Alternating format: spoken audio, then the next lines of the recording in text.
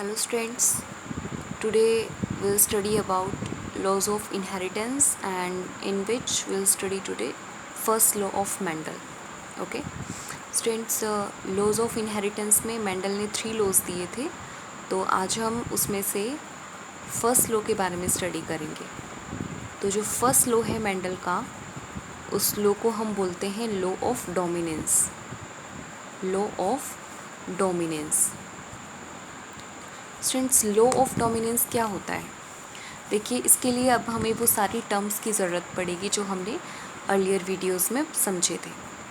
Students, law of dominance का मतलब है, इसमें मेंडल ने क्या बताया, इनका एक स्टेटमेंट है, तो उसको हमें थोड़ा समझना होगा कि जब मोनोहाइब्रिड क्रॉस होता है, मोनोहाइब्रिड क्रॉस, अब आपको पता होना चाहिए मोनोहाइब्रिड क्रॉस क्या है। स्टूडेंट्स, एक ही कैरेक्टर लेकर के जब हम उसके 2 अल्टरनेट टाइप्स को क्रॉस कराते हैं, तो उस क्रॉस को हम क्या बोलते हैं? Monohybrid cross. एक कैरेक्टर के 2 टाइप, यानी कि एक तो डोमिनेंट होता है और एक क्या होता है? रेसेसिव होता है। तो जिसमें से एक को कैपिटल में शो करेंगे और एक को स्मॉल लेटर में शो करेंगे, ठीक है। तो उससे आप पहचान जाते हैं ना डोमिनेंट रेसेसिव क्या होता है। जब एक ही कैरेक्टर के 2 टाइप को आपस में क्रॉस कराया जाता है, उसको हम मोनोहाइब्रिड क्रॉस बोलते हैं। तो इसमें क्या बताया कि अगर मोनोहाइब्रिड क्रॉस होता है तो डोमिनेंट और रेसेसिव क्रॉस करते हैं, और कौन क्रॉस करते हैं? उनके पेरेंट्स क्रॉस करते हैं, यानी कि पेरेंट्स में से एक पेरेंट तो हो डोमिनेंट का और एक पेरेंट हो रेसेसिव का। तो अगर इनके बीच में क्रॉस होगा तो कौन सी जनरेशन बनती है? पेरेंट जब क्रॉस करते हैं तो जनरेशन बनती है कौन सी? F1 generation. तो F1 जनरेशन जो बनेगी, तो उसके अंदर कौन सा कैरेक्टर शो होगा? उसके अंदर सिर्फ और सिर्फ डोमिनेंट ट्रेट ही शो होगा। ट्रेट को हम कैरेक्टर भी बोलते हैं ना। तो स्टूडेंट्स, डोमिनेंट ट्रेट ही जब शो होता है तो इसी को हम बोलते हैं लॉ ऑफ डोमिनेंस। सीधा सा स्टूडेंट्स कि in monohybrid cross, when parent of dominant and recessive trait are crossed, then in F1 generation only dominant trait express. Okay, तो इसको हम स्टेटमेंट में लिख देंगे कि according to first law of Mendel, in monohybrid cross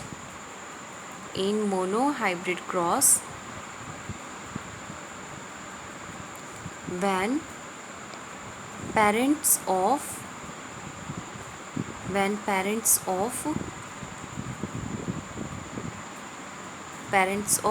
dominant and recessive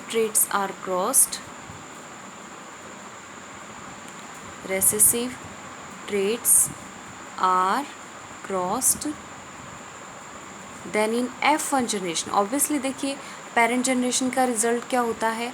F1 generation होती है। तो then in F1 generation only and only, सिर्फ और सिर्फ कौन सा कैरेक्टर शो होगा? Only and only dominant trait express. जो एक्सप्रेस होता है, शो होता है, वो सिर्फ डोमिनेंट ट्रेट ही एक्सप्रेस होगा, ठीक है। प्रेजेंट तो रेसेसिव भी होता है, बट वो अपने आप को शो नहीं कर पाता। शो कौन सा होगा? सिर्फ डोमिनेंट ट्रेट ही एक्सप्रेस होगा। आप इसकी जगह शो वर्ड भी यूज़ कर सकते हैं, ओके। तो मोनोहाइब्रिड क्रॉस है और पेरेंट क्रॉस कर रहे हैं, उसमें से एक डोमिनेंट है और एक रेसेसिव है। तो जो F1 जनरेशन बनेगी उसमें सिर्फ और सिर्फ डोमिनेंट ट्रेट ही शो होगा। इसको हम एग्जाम्पल से समझते हैं स्टूडेंट्स। देखिए, जैसे कि एक प्लांट है, हाइट अगर हम एक कैरेक्टर लेते हैं, तो हाइट के 2 अल्टरनेट टाइप्स क्या क्या होते हैं? हाइट के 2 अल्टरनेट टाइप होते हैं, एक होता है टॉल और एक होता है शॉर्ट। तो मान लीजिए कि एक पेरेंट है, मेल और फीमेल साइन से हम इसको शो कर देंगे। एक पेरेंट है इसमें, वो तो है टॉल है, और जो दूसरा पेरेंट है वो है शॉर्ट। तो टॉल का जो जीनोटाइप होता है वो होता है कैपिटल टी, मतलब 2 LLE से हम इसको शो करते हैं। और शॉर्ट का जो जीनोटाइप है वो होता है small T and small T, ठीक है। अब देखिए, सबसे पहले इसको हम लिख देंगे कि ये क्या है? ये पेरेंट जनरेशन है, ये पेरेंट जनरेशन है दोनों। पहले क्या होगा स्टूडेंट्स? पहले गैमेट्स बनते हैं। गैमेट्स का मतलब जो LLE हैं वो डिवाइड हो जाते हैं। तो कैपिटल टी ये अलग और ये वाला कैपिटल टी अलग हो जाएगा। ऐसे ही इसके अंदर बनेगा स्मॉल टी, ये भी सेपरेट हो जाएंगे। अब क्या होगा स्टूडेंट्स, अब इसमें गैमेट बन गए, अब क्रॉस होगा। इसमें फर्स्ट लेटर जो है, फर्स्ट एलेली सेकंड वाले के फर्स्ट के साथ क्रॉस होता है। तो जो जीनोटाइप होगा वो पहले कैपिटल टी है इसमें से, और इसमें से स्मॉल टी, तो कैपिटल टी स्मॉल टी इसका जीनोटाइप हो गया। अब यही फर्स्ट है वो सेकंड वाले के सेकंड के साथ क्रॉस करेगा, तो क्या बन जाएगा, इसमें से कैपिटल टी और इसमें से स्मॉल टी। ठीक है, अब इसका सेकंड वाला जो पार्ट है वो फर्स्ट पार्ट के साथ मैच होगा, तो कैपिटल एंड स्मॉल टी, और यही जो है वो सेकंड के साथ मैच होता है, तो capital and small T. Okay students, तो ये तो बने हैं गैमेट्स, और ये जो बने हैं लास्ट में रिज़ल्ट ये है F1 जनरेशन। तो आप देख रहे हैं F1 जनरेशन में कैपिटल स्मॉल, यानी कि ट्रेट जो एलएलई है वो तो दोनों हैं, लेकिन ये प्लांट दिखने में कैसा होगा, ये टॉल प्लांट होगा। अगर डोमिनेंट वाला एलएलई प्रेजेंट होता है तो वो डोमिनेंट ही शो कर पाता है, तो ये भी टॉल होगा, ये वाला भी टॉल होगा, और ये प्लांट है ये भी टॉल होगा। तो हम कंसिडर करते हैं कि पी प्लांट हैं, 2 पी प्लांट हैं, मटर के पौधे हैं, उसमें से एक प्लांट है वो प्योर टॉल है, दूसरा प्लांट है वो भी प्योर शॉर्ट है।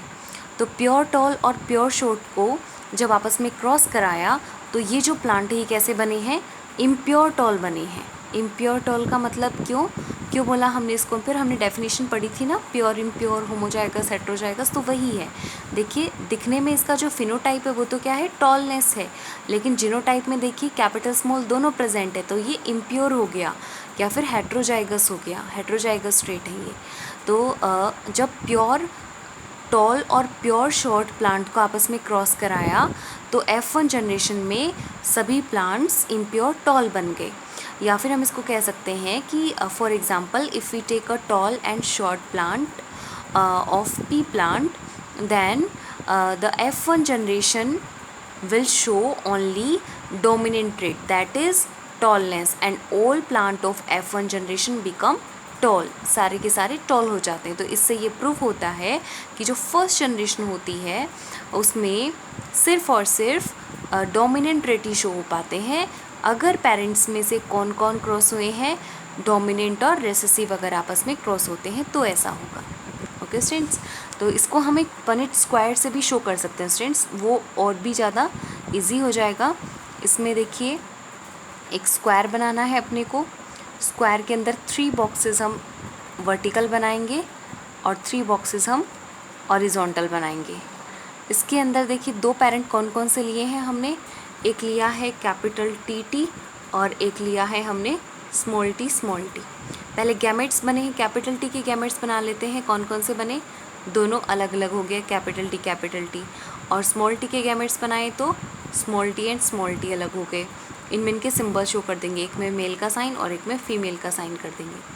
अब देखिए इनको मल्टीप्लाई करना है, इन दोनों को मल्टीप्लाई करेंगे। पहले कैपिटल को लिखते हैं, तो कैपिटल टी और इसमें से स्मॉल टी। अब इसको इस सेकंड से मल्टीप्लाई करेंगे तो capital T and small T.